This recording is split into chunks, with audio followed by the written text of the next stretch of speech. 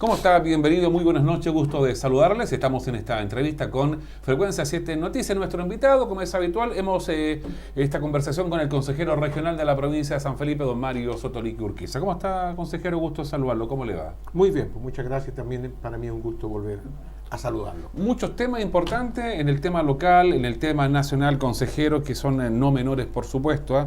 ¿Qué le parece lo que ha sido todo este proceso del censo? Estábamos hablando fuera de pantalla un poco, hay distintas aprehensiones de lo que fue el censo del año 2012, de aquellas irregularidades que obligó a este gobierno a hacer este nuevo expresto censal, que a lo mejor la gente no lo sabe, pero es muy importante para fijar las políticas públicas que ustedes mismos como gobierno regional requieren para priorizar la inversión tanto en sectores urbanos como rurales. Bueno, está claro que el censo, y un censo bien hecho, es fundamental para poder determinar a futuro cuáles son las políticas públicas más urgentes y además focalizarlas. Un buen censo tiene que significar una mejora de las políticas, pero al mismo tiempo le significa a cada comuna, en la medida en que hay una mejor información sobre la comuna, poder también a nivel local poder focalizar y desarrollar políticas que sean digamos, de un carácter, por un lado, local, pero que vaya al meollo de los problemas que la gente tiene. Pongo un ejemplo, se va a preguntar sobre el tipo de construcción de casa, en qué tipo de casa vive la gente. Y la verdad es que eso es fundamental para poder determinar de aquí a futuro, primero, cuántas casas, cuál es la calidad de las casas que tenemos, porque mucha gente puede decir, vivo en una casa digamos, de ladrillo, una casa sólida, pero a lo mejor esta es una casa que se ha construido hace 40 años, que ha sufrido 3 o 4 terremotos y que ya no está en condiciones de poder, digamos, seguir sosteniéndose.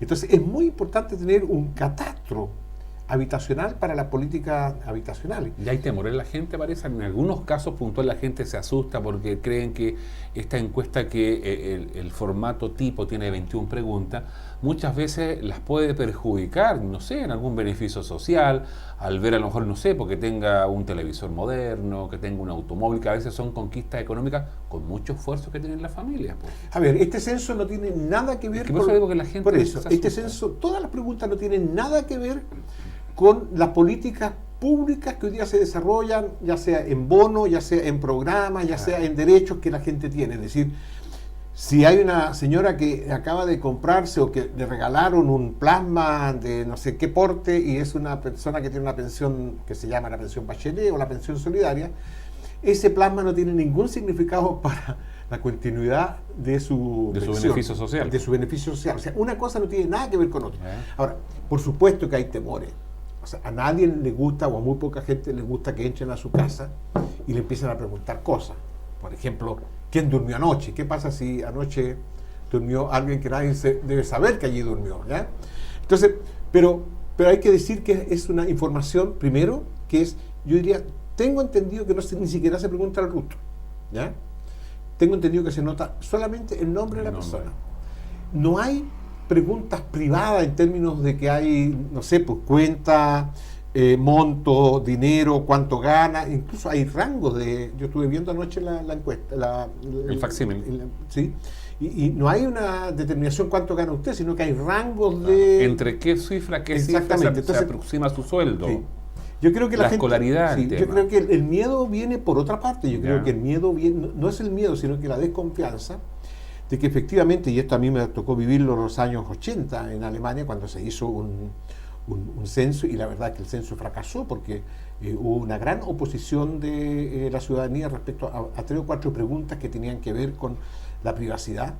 Yo creo que hay más desconfianza respecto que efectivamente pueden haber algún tipo de información que sea mal usada. Incluso el consejero, yo vi, bueno, esto se prolifera muchas veces en las redes sociales, donde incluso se llamaba que la gente, cuando se le consulta por su situación religiosa, que conteste que él es católico y no cristiano, porque al responder como cristiano podría ser encasillado dentro de la iglesia evangélica. Así es. Y quiere potenciar un poco más que el culto católico en este país, el que predomina y es una religión que tiene supremacía. Así como otras cosas a mí me tocó ver o recibir en no sé a través de qué medio, ese tipo de instructivo para los católicos, pero la verdad es que eso es secundario. Evidentemente que es muy importante saber qué pero población... ¿sí se van sumando otras cosas? Sí, se pueden ir sumando, pero por eso te digo, la información que se recopile no tiene que ver después, no tiene repercusiones ni resultados negativos ni positivos de manera personal con el que la entrega. Lo que se persigue es tener un catastro y tener la información tabulada de tal manera de que hay distintas políticas que tienen que ser públicas, que tienen que ser realizadas de acuerdo a la realidad. Te pongo un ejemplo, estábamos recién hablando de lo habitacional, pero ¿qué pasa en lo educacional? ¿Qué pasa si el censo nos dice que hay, no sé, pues entre 40 y 60 años hay un analfabetismo del 18%? Con esa información, entonces, el Ministerio de Educación tendrá que desarrollar políticas para eliminar ese analfabetismo entre los 40 y los 60 años. ¿Y también se podrá aprovechar este instrumento para otro tipo de consultas, por ejemplo, el tema de la AFP? El tema de la educación gratuita. No, porque no es encuesta. Cuidado, esto no es una encuesta. Lo pongo como ejemplo porque muchos señalaban que a lo mejor, muchos llamaban incluso a boicotear el censo por el tema de las no más AFP, pero podría tal vez considerar alguna opinión que tenga el encuestado. Mira, primero, esto no es una encuesta, sino que es una recopilación de información. Aquí no va a ganar nadie, digamos, en términos de porcentaje ni de nada. Segundo, yo creo que es peligroso porque ¿qué pasa si tú preguntas cuál es su opinión de la AFP? ¿Deben existir o no? Te doy por seguro que el 95% va a decir que no. No. El 90% que va a decir que no. ¿Y la clase política qué hace con ese 95%? Nada.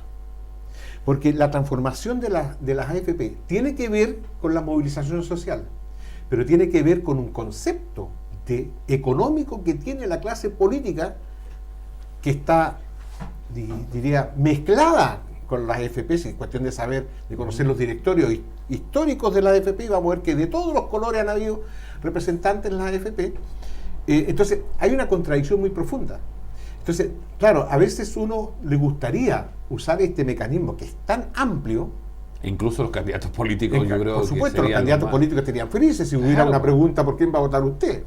Pero yo creo que son dos cosas distintas. Nosotros tenemos que entregar la confianza de que lo que se está haciendo es un instrumentario, además, que se usa en todos los países, y tiene que hacerse cada 10 años, porque cada 10 años hay transformaciones en la estructura social, económica de un país, por lo tanto hay que desarrollarla. Censo creado por los romanos. Claro, esto no es, digamos, un capricho del gobierno.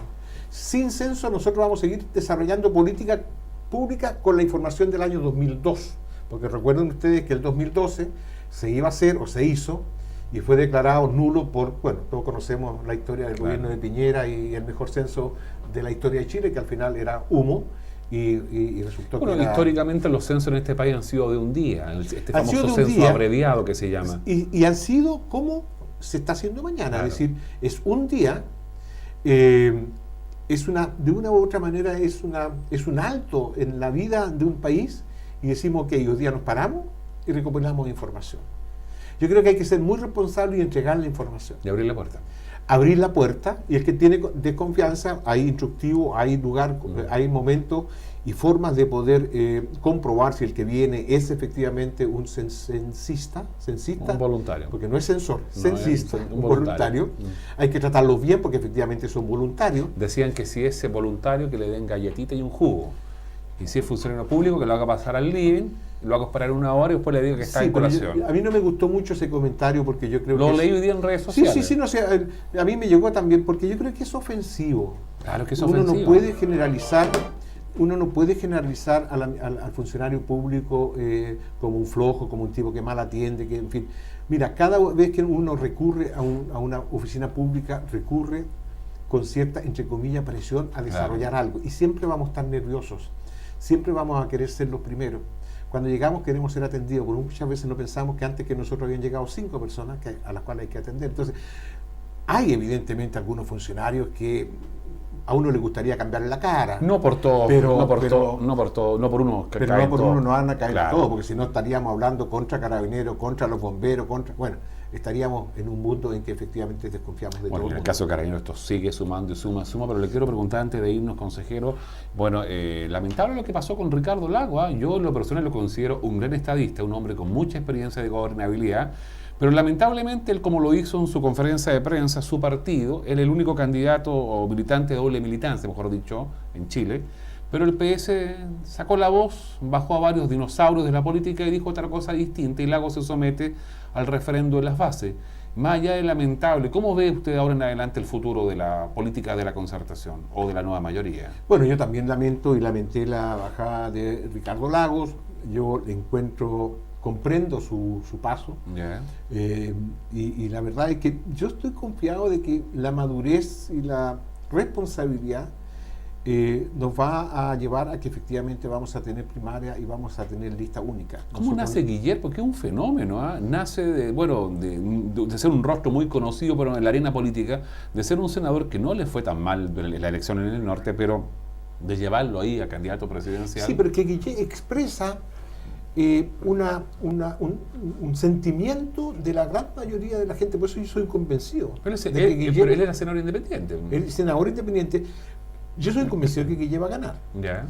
¿Va a ganar qué? ¿Las primarias? Las primarias, y va a ganar la presidencial. Ya. Porque él expresa un sentimiento que la mayoría de la gente tiene. Por un lado, la continuidad de los cambios profundos que se han desarrollado en este gobierno y en los últimos gobiernos. O sea, nosotros no podemos poner en juego ni en peligro derechos como la gratuidad, como la pensión llamada pensión de Bachelet o solidaria. En fin, los avances importantes que han habido durante los últimos años. Por una parte expresa eso, pero por otra parte expresa un político nuevo, o sea, aquel que aparece hoy día claramente no siendo pagado, entre comillas, o ayudado, entre comillas, por grandes empresas, consorcios, intereses económicos, y por lo tanto expresa también una cierta independencia y una cierta transparencia que hoy día la gente busca en sus políticos. Bueno, hay que esperar qué pasa porque hay varios candidatos en el conglomerado, hay otros independientes, y yo creo que lo más importante es tener que definirse con el tema de las elecciones primarias. Le agradezco, consejero, y gracias a ustedes. Dispuesto al censo entonces de este miércoles. Dispuesto al censo y esperamos que... Usted no va a censar, ¿cierto? No es voluntario. No, yo tengo que ir. Lo que pasa es que como director de una casa, no sé qué nombre tienen un nombre especial, tengo que estar ahí porque... Cuando llegue el voluntario, o sea, claro. Juguito y galleta, acuérdese. Sí, no... Yo siempre trato mejor que juguito y galleta a quienes nos visitan. Muchas gracias. El consejero Mario Sotoliquio en Frecuencia 7 esta noche.